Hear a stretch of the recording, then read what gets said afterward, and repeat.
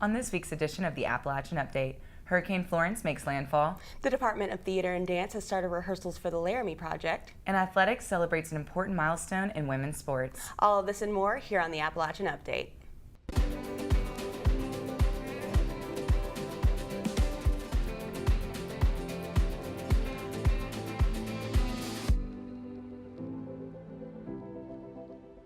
Thanks for joining us today on the Appalachian Update, your weekly rundown of what's going on around campus, provided by your student-run newspaper, The Appalachian. I'm Annie Jones. And I'm Faith Hatton.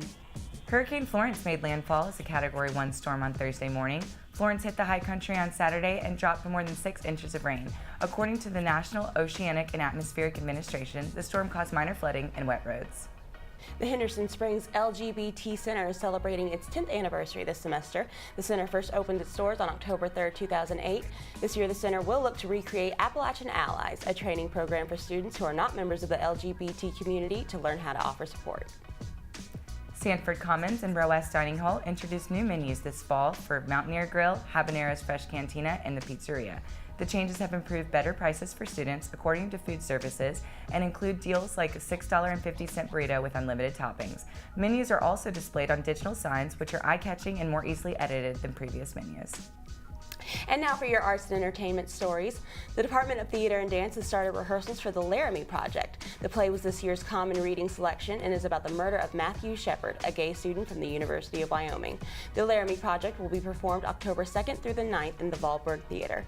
On October 6th, the stage will go dark to honor the 20th anniversary of Shepard's death. Ransom Pub is officially reopened on King Street after a lengthy renovation. Doc Henley, co-owner of Ransom, said he aims to introduce the community to pub culture by making the space a family-friendly environment. Ransom Pub holds Bluegrass Night each Wednesday until 10 p.m., where people from around the high country come to play music and dance. And now for sports, here's Susanna Cornegie.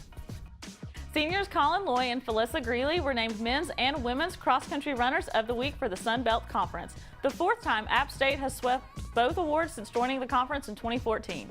This is the 2nd time this season that Greeley has won the award.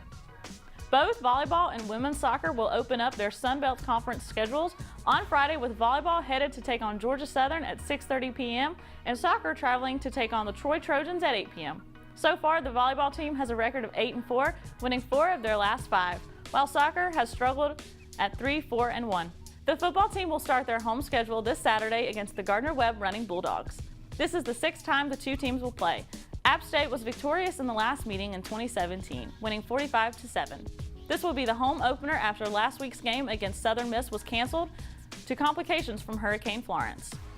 Athletics will celebrate 50 years of women's sports at App State this weekend by recognizing former athletes on the field at both the football game against Gardner-Webb and the field hockey game against Louisville on Sunday.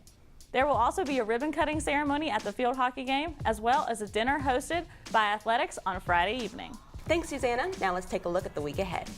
The Homecoming Blood Drive will be held in the Holmes Convocation Center this upcoming Tuesday, September 25th. Open from 8 a.m. to 7 p.m., the participation requires a sign-up in advance. A homecoming carnival will be held at Duck Pond Field on Wednesday, September 26th, offering food, rides, and a Ferris wheel, and more. The celebration will last from 4 p.m. to 8 p.m. That same day, a seminar on self-harm will be conducted in the Beacon Heights room of the Plymouth Student Union. Held from 5:45 to 6:45 p.m., contact the Counseling Center for additional details. The Department of Theater and Dance will host its first year showcase on Thursday, September 27th at IG Greer Studio from 7 p.m. to 9 p.m. Tickets are required and may be purchased online. That's all we have for you this week. For more news and to read full stories, visit us online at theappalachianonline.com or pick up our newspaper every Thursday. Thanks again for joining us on the Appalachian Update. Until next time, I'm Annie Jones. I'm Faith Hatton. And I'm Susanna Cornegie, and we'll see you next week.